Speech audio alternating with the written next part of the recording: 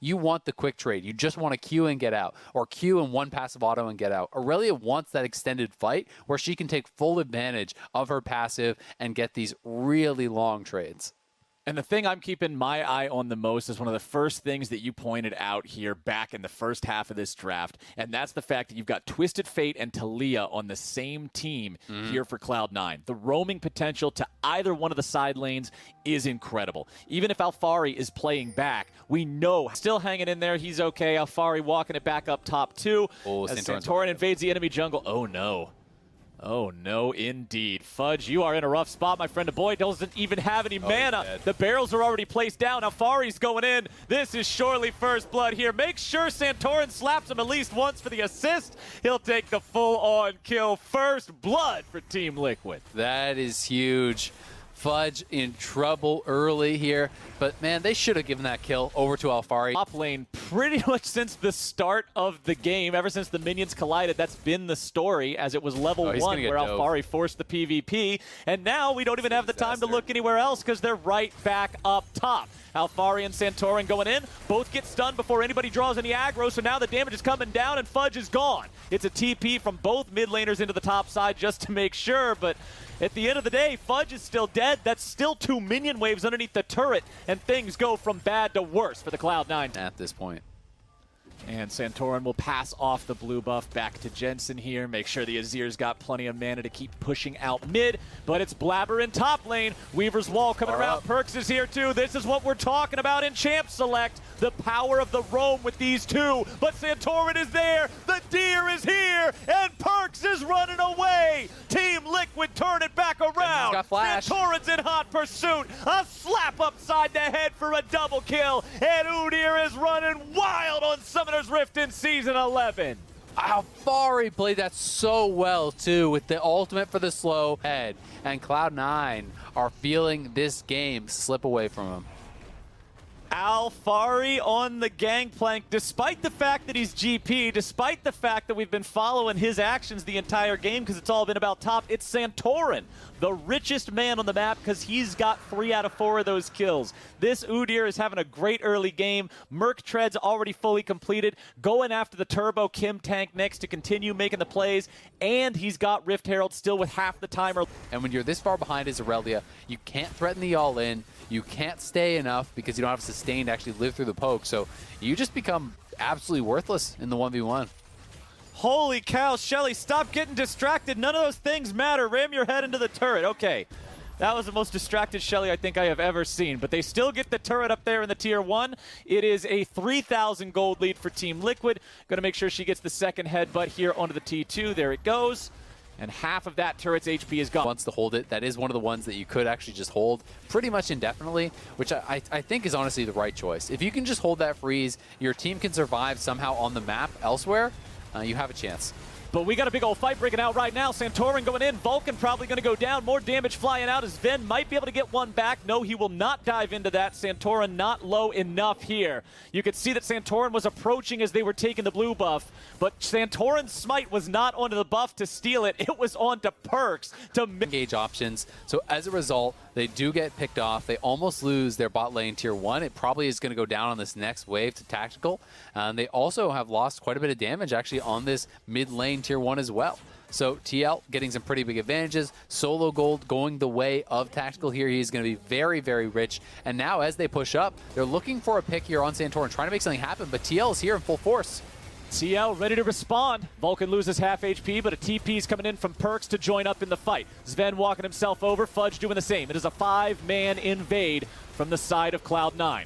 Alphari throwing down the barrel, looking for some AoE. Now he's going to be stunned, trying to wait out the CC, eating the orange at the right time. Vulcan's still going to be taken low. Shut down onto Alphari, and Cloud9 is winning the fight. Vulcan keeps on charging forward, but now Jensen goes for the ulti and gets nothing. Cloud9 take the kill, and they get everybody back out. Nice win there for Cloud. Throws a little gold back towards Cloud9's way. C9 wisely getting out after, but now Santorin grabs the second Shelly, immediately drops it in mid lane because the Drake is spawning.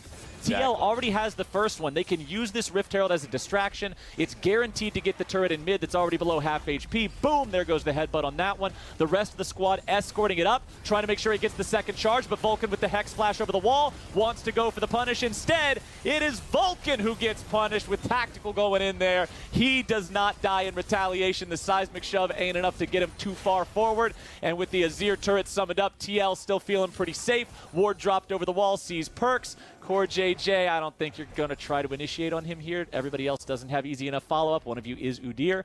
And now they're pushing up onto the tier 2. Now Core JJ is going in. Now they got the follow-up. Perks with the stasis trying to stay alive, but it just gives him time to focus on the Sven instead. He gets away with 20 HP, and Santorin will not be able to chase them down. Instead, just settling for the kills they got in mid, the tier 2 turret they got in mid, and the Drake is still alive for Team Liquid to pick up as their bonus prize. They are just taking everything at this point while Fudge is sitting in a side lane trying to catch back up. I just don't understand the initial engage, honestly, from Vulcan. Didn't really seem like there was much of an opportunity whatsoever for it to work out. You know, he went in. Again, it's a four-man play. You don't have your Aurelia there. You're very far behind. Why even look for the engage? Just hold the tower, try to play defensively there, delay the calling here from Alphari to answer that. Santorin taking the enemy jungle is the rare miscalculation from Core JJ as he goes for the dredge line, hooking himself towards the wall there, but nothing can be found. Maybe it wasn't a miscalculation He could at have all. just been looking for someone in the brush. Yeah, could have just been aiming for somebody in the brush. I thought it looked like an attempt at Spider-Man, but there's a reason Core JJ's playing and I'm casting. It's because I'm bad and he's good. And now we're going to see TL continue to push up, take buffs, take control, set down vision, and make this game feel even worse for Cloud9. Yeah. They are being choked out of the Rift. Look at Perks. 19 minutes into the game. They're going after the tier 3 turret, and C9 has no response. They are just bulldozing over this. They're just giving it up. But the question is, when do you call their bluff? When do you actually come back? Perks is not going to be recalling just yet. He actually canceled his recall. So they will send Alphari. So they do give up the inhibitor. TL do not try to go for Nexus turrets or anything absolutely insane because it is still pre-20 minutes here. But Perks didn't really get much. You know, he pushed out the wave. That's pretty much about it. Got to spread the map. They've got to try to peel TL apart, make them respond to side lanes, make this game go long, and try to find picks off somewhere. But Blabber may be in trouble. Yep. Oh, Blabber, he tried to ride the Weaver's wall to get away, but now he's stuck, man. More money for Alphari. Santorin gives this one over to him. He's like, all right, sorry about the first blood. I'll give you this one for free. Now we're even, and Team Liquid's on to Baron.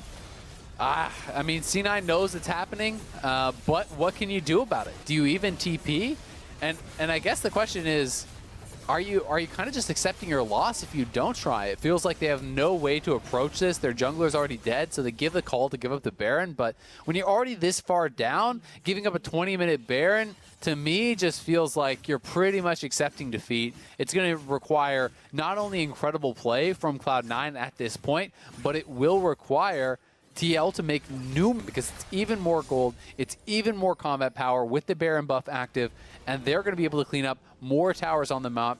That top lane tier 2 is pretty much destined to fall, and you can just see that the items are coming through so quickly here for TL. Alphari continuing that one-man split in the top side while the rest of the team's making the four-man dive here in mid. Blabber in stasis. It's only going to buy him a moment, you would think. Flashing away to survive. Getting away from Alphari's ulti there on the gangplank. 3 minutes. Yeah, they don't need to rush too much. They want to keep the pressure on, though. They know that they are in an incredible position right now. So Alphari bases, heals back up. He goes for the TP back towards mid lane. He's pushing this in, and the supers have got to be answered in bot lane. So as C9 goes back to answer those, you are seeding then that top lane turret. That is just going to be gone, and Sven has got to get out of there, will escape, but now the top lane inhibitor is down. As you're defending Nexus towers, mid lane inhibitor tower is going to die as well to Alphari. Cloud9 just have no answer to anything that TL is doing right now. They have full control of this game. It's going to be a last-minute engage. Core JJ going in, Vulcan already down, Tactical getting himself away, but Fudge is dashing and slashing around, and he's already found himself a double kill, but the rest of the fight's already probably doomed. Perks getting away, but not for long. Blabber's trying to run. but he's the only man standing on Cloud9. Team Liquid, man, half HP left on the 3 remaining players in the enemy base. They're only up against a Taliyah that has not done much this game. Santorin continues frontlining. He's completely out of mana. Udyr is, for all intents and purposes, just a melee minion now. He's got no mana. He can't change around. He just slaps you, and Team Liquid's got to run away. Vulcan coming in with a CC onto Jensen, who just provided an excellent bait opportunity for the rest of the team to find some damage here. Vulcan wants to run away, but Jensen's grabbing a kill. Sven into the back line going after Santorin and Alphari. Here comes that big melee minion. Udyr, baby, there's your melee slap. There's your damage, and there's your kill. Blabber down to 200 HP, and he cannot keep chasing. Perkz is coming around from the side, looking for the gold card, looking for the play, going after Alphari, but he eats the orange, and it's all okay. His place of safety here for TL. Perkz gets himself the hell out of town, and TL is 14-4 in Game 5. I respect the chase there from Cloud9. They had to make something happen, but they have lost all 3 inhibitors. They are so close to losing this game. Team Liquid is ridiculously strong at this point. 3 full items here completed for Alphari. You can see 2.5 already done for Tactical. The Udyr is almost put so much focus on actually dealing with the super minions that as long as TL just corrals them in, plays safe, there's not really any way for Cloud9 to find and engage and fight past those minions. Core JJ going right back in. Dredgeline finds an opponent, and look at that, Blabber. You got to get the hell out of town, buddy, but there's no way out. They blocked the roads. Vulcan's dead next. Tactical taking the kill. Team Liquid taking the fight. Team Liquid taking the game. Everybody's rooted up and beat down. Perkz is your last man standing. How much longer will he stay on his feet? He's stuck back in the fountain. Jensen's going to keep him stuck there with the Sand Soldiers. They want to complete the final piece of the puzzle. They don't have enough damage for it, but who cares? It's all a formality, baby. Team Liquid, the best team in North America still, and the winners of your first